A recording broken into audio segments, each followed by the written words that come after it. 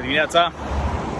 Suntem la Arcul de Triunf împreună cu colegii liberali. O parte din ei au venit din tot orașul să facem o tură cu bicicleta prin oraș.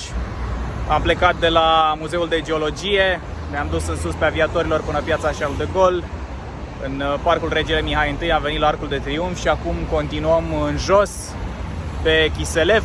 Mergem după aceea în Piața Victoriei, jos pe Victoriei până la Ateneul Român. A venit vara, e frumos afară, suntem în 15 mai, prima zi la un an de zile după starea de urgență, fără măști în public, în spațiile deschise. E o zi foarte bună pentru România, înseamnă că ne-am vaccinat, trebuie să continuăm campania de vaccinare, suntem la aproape 4 milioane de români vaccinați cu prima doză. Este foarte important să ajungem la acel 70% din populație pentru a ne asigura că scăpăm de coronavirus.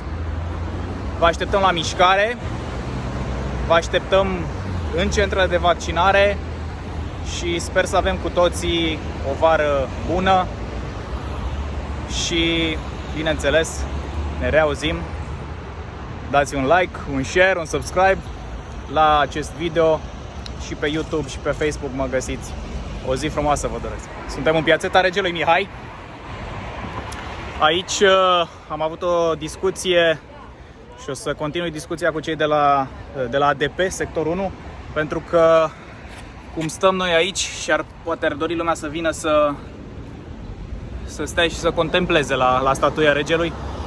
Din păcate băncile sunt în starea în care o vedeți acum, da? Fără blăni, cu cuiele ieșite. E o situație care nu trebuie să existe în sectorul 1, niciunde de altfel, și vreau să o rezolvăm cât mai repede. Nu este o lucrare extraordinar de grea, bineînțeles, dar este urgentă și mă voi ocupa de acest lucru. Mergeam cu bicicleta, uitați, blănile se ridică, repet, cu cuiele ieșite. Trebuie să facem lucrurile mai bine, trebuie să le arătăm oamenilor că ne pasă. Ne revedem! Continuăm turul pe Victoriei. Suntem în fața Muzeului George Enescu. Aici, în sfârșit, se reface trotuarul. După ani de zile în care am cerut primăriei capitalei să refacă trotuarul, iată că un viceprimar liberal, Sterian Bușduveanu, a reușit să pună în sfârșit oamenii la muncă. Dacă vă uitați, de la Victoriei în jos deja s-au făcut lucrări, acum sunt deja la nivelul Muzeului George Enescu. Un lucru simplu și de bază, să mergem în siguranță pe trotuar în București. Și am ajuns și la final de linie. După cum știți, Câțu salvează economia. E peste tot, suntem la Ateneu acum.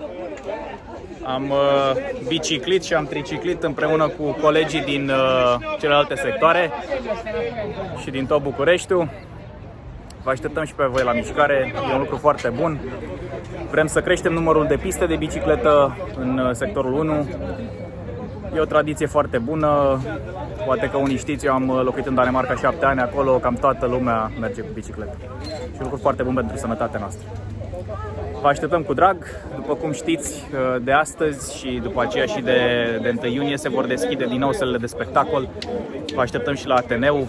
E tot timpul un loc extraordinar de urmărit muzică și de ascultat muzică românească.